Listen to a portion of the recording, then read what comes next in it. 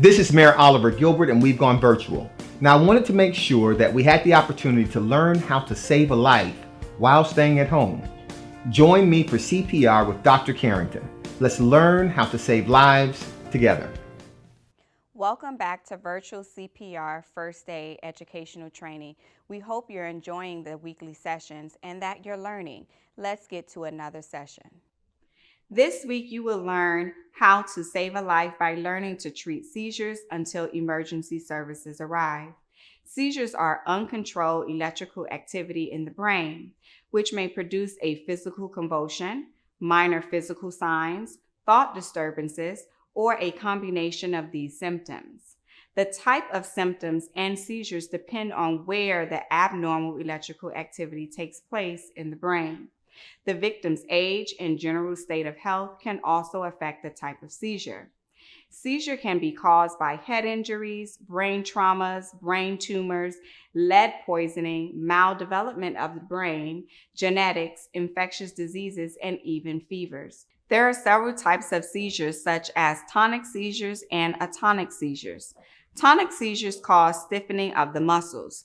These seizures usually affect muscles in the back, arms, and legs, and the victim may even fall to the ground.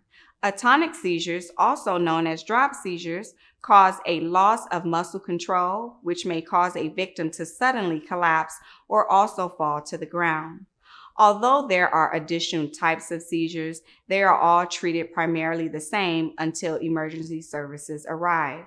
Most seizure disorders can be controlled with medications, but if you are on the scene and a person has a seizure, this is what you should see and what you should do. What you can see during seizures are loss of muscle control, victim falling to the ground, jerking movements of arms, legs, and other parts of the body, and the victim is unresponsive. When you witness a seizure, this is what you should do. Protect the victim from injury by moving any furniture and other objects out of the way. Place a pad or towel under the head if you are able to do so safely. Phone your emergency services or call 911. And get a first aid kit if available. If the person becomes unresponsive and is not breathing normally or is only gasping, provide CPR, either traditional CPR or hands-only CPR. During a seizure, a victim may lose muscle control, fall to the ground, or stop responding. The victim usually has jerking movement of the arms, legs, and sometimes other parts of the body. Most seizures stop within a few minutes.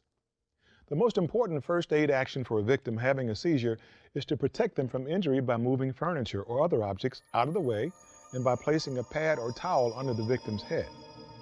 Then phone or send someone to phone for help. Stay with the victim until he starts responding. After a seizure, check to see if the victim is breathing. If the victim does not respond, start the steps of CPR. If you don't suspect a head, neck, or spine injury, roll the victim to his side. After a seizure, it is not unusual for the victim to be confused or fall asleep. There are also some things you should not do when giving first aid to a victim having a seizure. Do not hold the victim down. Do not put anything in the victim's mouth. Thank you for watching. Remember, everyone can learn to save a life. See you next week for more educational training on first aid and CPR.